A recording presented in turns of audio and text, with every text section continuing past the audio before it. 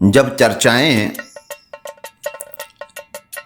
ऐतिहासिक विरासत वाले रहस्यमयी लेकिन सुंदर किले देखने की हो रही हो या मनमोहक और खूबसूरत हवेलियों को, तो जेहन में बस एक ही राज्य की अक्ष उभरती है और वह है राजस्थान, जो अपने अनूठे संस्कृति, संस्कार और परंपराओं के लिए खूब जाना जाता है।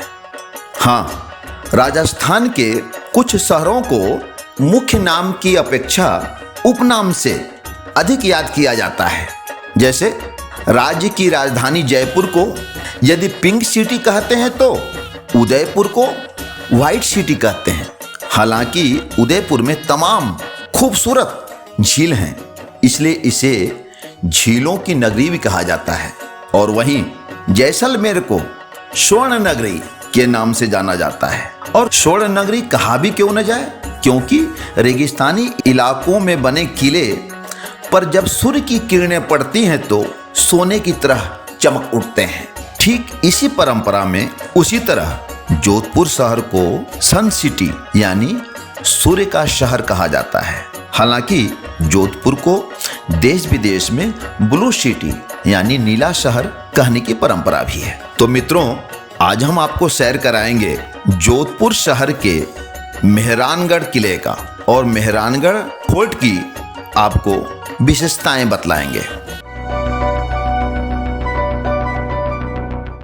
मेहरानगढ़ किला जोधपुर शहर के बीचों बीच एक पहाड़ी पर लगभग 125 मीटर के ऊंचाई पर बना है। ऊंचाई इतनी कि किले पर खड़े होने पर पाकिस्तान भी दिखलाई पड़ता है। इस किले की नींव राव जोधा ने 15वीं शताब्दी में रखा था, लेकिन निर्माण का कार्य महाराज जसवंत सिंह ने पूरा किया था। इस दुर्ग को अजेय बनाने के लिए राजा राम भावी नामक इंसान को नींव में ही नर बलि दे दी गई थी। इस किले में 8 द्वार हैं, किंतु 7 तो दिखलाई पड़ते हैं, परंतु सबसे रहस्यमयी 8वां द्वार दिखलाई नहीं पड़ता। इस रहस्यमयी किले के अंदर कई भव्य महल, अद्भुत नक्काशीदार दरवाजे और खिड़कियां हैं, जिसमें मोती महल, फूल महल और शीश महल तो बेहतरीन है। इस किले के पास ही चामुंडा माता का मंदिर है, जिसके लिए कहा जाता है कि दुश्मनों से माता ने इस किले का कई बार रक्षा किया है।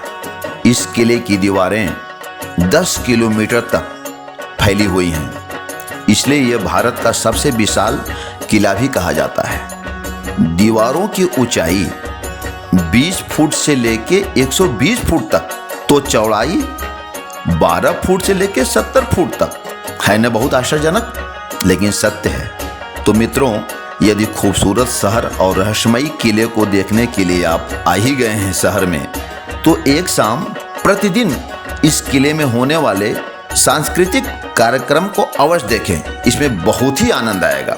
और जाते जाते उस स्थान पर नमन करना भी मत भूलें, जहां यहाँ के रानियों ने जौहर करने यानी बलिदान करने के पूर्व अपने हथेलियों की छाप छोड़ा है, जो सिंदूर के घोल तथा चांदी के बरक से बने हुए हैं। नमस्कार मित्रों।